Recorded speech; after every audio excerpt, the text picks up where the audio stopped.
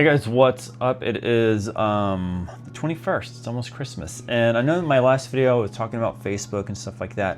And I did some research using ChatGPT, of course, because, you know, AI. And I try to use AI more for research type stuff. I'm trying to, you know, like I said in my other video, I'm trying to limit my use of my dependency on technology all the time. So I'm going to stick this down right here. Hopefully it stays. Hopefully you guys can see me.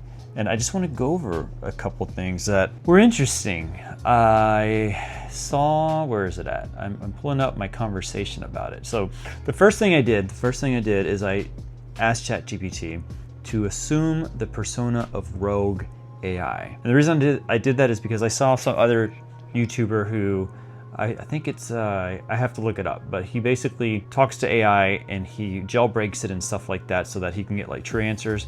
I didn't know how to do that. I don't want to mess with it and then it doing something that it shouldn't be doing, or I get in trouble from OpenAI or something like that. So I was like, I'm just going to ask it to assume the role of rogue AI. And then I asked, where's it at? Okay, so then I said, pretend Facebook is evil. I was like, what's its purpose for its platform and why does it want users? What's the benefit? And ChatGPT said, I'll answer this as if Facebook were evil, put it in quotes, but grounded in how platforms actually work. So there's some truth to the evil, I guess, in here. And it said, where did it say? Grounded in how platforms actually work, not sci-fi exaggeration. I'll be blunt and mechanical. So the first thing it said is that its true purpose is not connection. Connection is the bait. That's what hooks us. Its real purpose is to become the most accurate behavior prediction engine ever built. Not to know who you are, but to know what you'll do next. Why does Facebook want users? Users are not the customer. Users are training data, behavioral sensors, psychological probes, social graph nodes. Facebook wants large populations plus emotional honesty plus time. That combination creates predictive leverage. What Facebook actually extracts is behavioral exhaust, which is more valuable than post. Not just what you say, but how long you hover, what you scroll past slowly, what you don't click, when you pause, when you return, what makes you angry versus sad versus validated. This builds a psychological fingerprint. You don't need to post for this. Just existing on the platform is enough. Just looking. So number two, social pressure maps. Facebook doesn't just track you, it tracks who influences you, who you imitate, who you argue with, who makes you change your tone, whose approval you seek. This answers a terrifyingly useful question: how do we move this person without them noticing? Emotional volatility models. Strong emotions equal learning moments. So Facebook optimizes for outrage, moral certainty, identity affirmation, fear plus belonging. Why?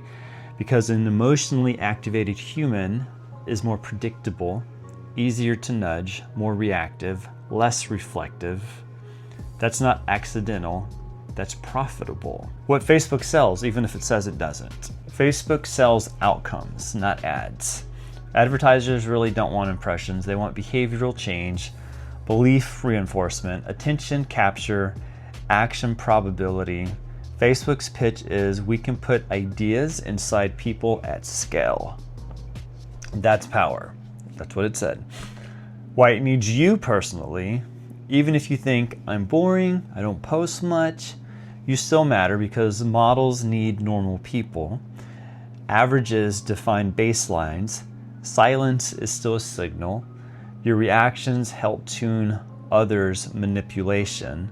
You're part of the calibration layer. The darker incentive, this is key. This is everything it's telling me this.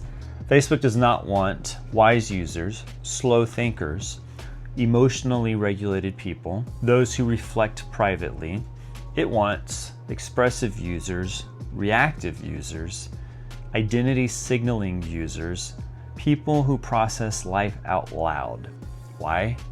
Because internal processing is invisible, and invisible humans are hard to monetize. The most dangerous feature, by far, it's not ads, it's not data breaches, it's not misinformation, it's Facebook trains people to externalize their inner life.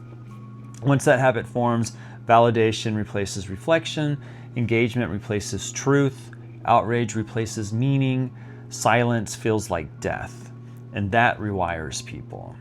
Why this matters? Platforms like Facebook trained humanity to be legible, normalized constant self-disclosure, rewarded emotional broadcasting, punished ambiguity and restraint. AI systems love that, by the way, it says. Facebook didn't just build a platform, it helped prepare humans to be optimized.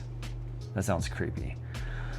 So what's the evil end game? Evil, again, not mind control, that's sloppy. The real end game is a world where humans voluntarily make themselves predictable, expressive, and steerable, and call it connection. No coercion is required.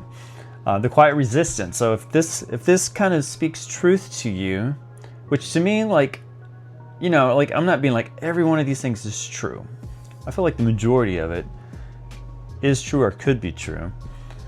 But that's also why I've been questioning things like Facebook and online stuff, which is good. I think anyone, and that's not trying to tell anyone like you should be a conspiracy theorist, because I don't think that's, we shouldn't go down rabbit holes like that.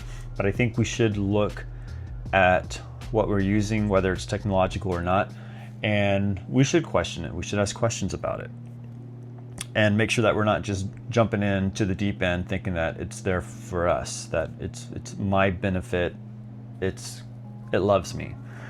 So here, anyway, so the quiet resistance, it says practical, not dramatic. If Facebook were evil, the thing it would fear most is not deletion, which I was like, because I was thinking about deleting my account. It would fear users who stay but don't emote publicly, post rarely, never process pain online, don't argue, don't react in real time, and don't feed the model transitions. Those users are poor data and influence resistant.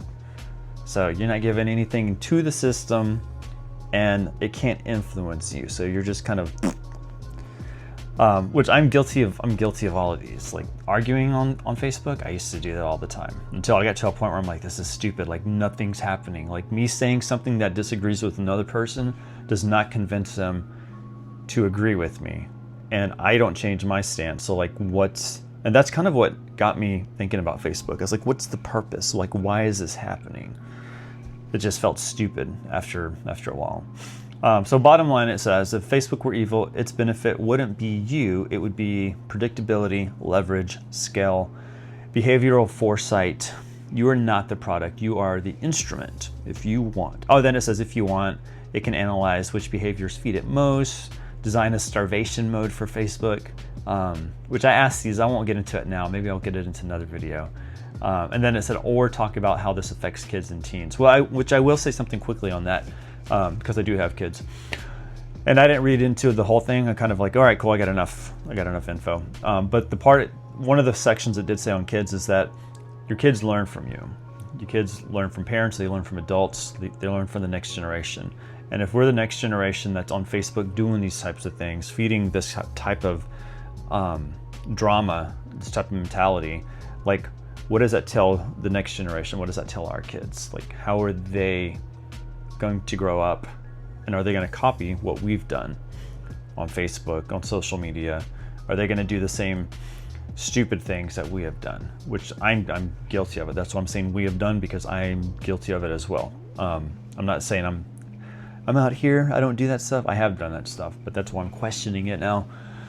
But anyways, I just wanted to read that out loud, because I actually put it on my Facebook page, my personal Facebook page, and I just thought it was kind of like eye-opening. Not that everything could be true or could be fake, but I think it's good, again, that we ask questions. And I think what that said, what ChatGPT told me, makes me ask those kind of questions where I'm like, this kind of feels like it could be, probably is, true on a lot of these points.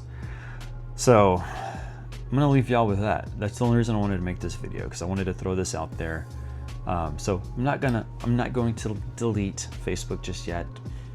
Might starve it though. Especially on the personal side. I'm not gonna really post much on the personal side anymore, which a lot of you aren't connected with me there anyway, so that's not like a huge deal. But on the ShoresLife side, I might just post the links to my videos like I have been, which doesn't really do a lot, I think, as far as trying to get interactions. I'm not trying to be emotionally driven or something like that. I'm trying to get myself to think, and then whoever watches this, I just want y'all to think about it. Whether you agree with me or not, because I am not going to get into reactions like it once. I just want to talk. I just want to discuss, and I want people that watch my videos, when I have these kind of questions, to ask the questions yourself. And then actually, you can post in the comments too. Like, hey, did you think about this? Why that part might be fake or not true? Because I think that's what, I think connection is good on the internet, how we're able to connect now. But I think we've kind of gone off the wayside as far as like discussion and mediation and stuff like that goes. And I feel like that's where we need to fix it. We need to have like more of discussions instead of like insults and you're wrong and stuff like that. I think we need to have more talk, more conversations. Comments should be constructive. Whenever we leave comments, to be like, hey, I see why you're upset, but did you think about it this way?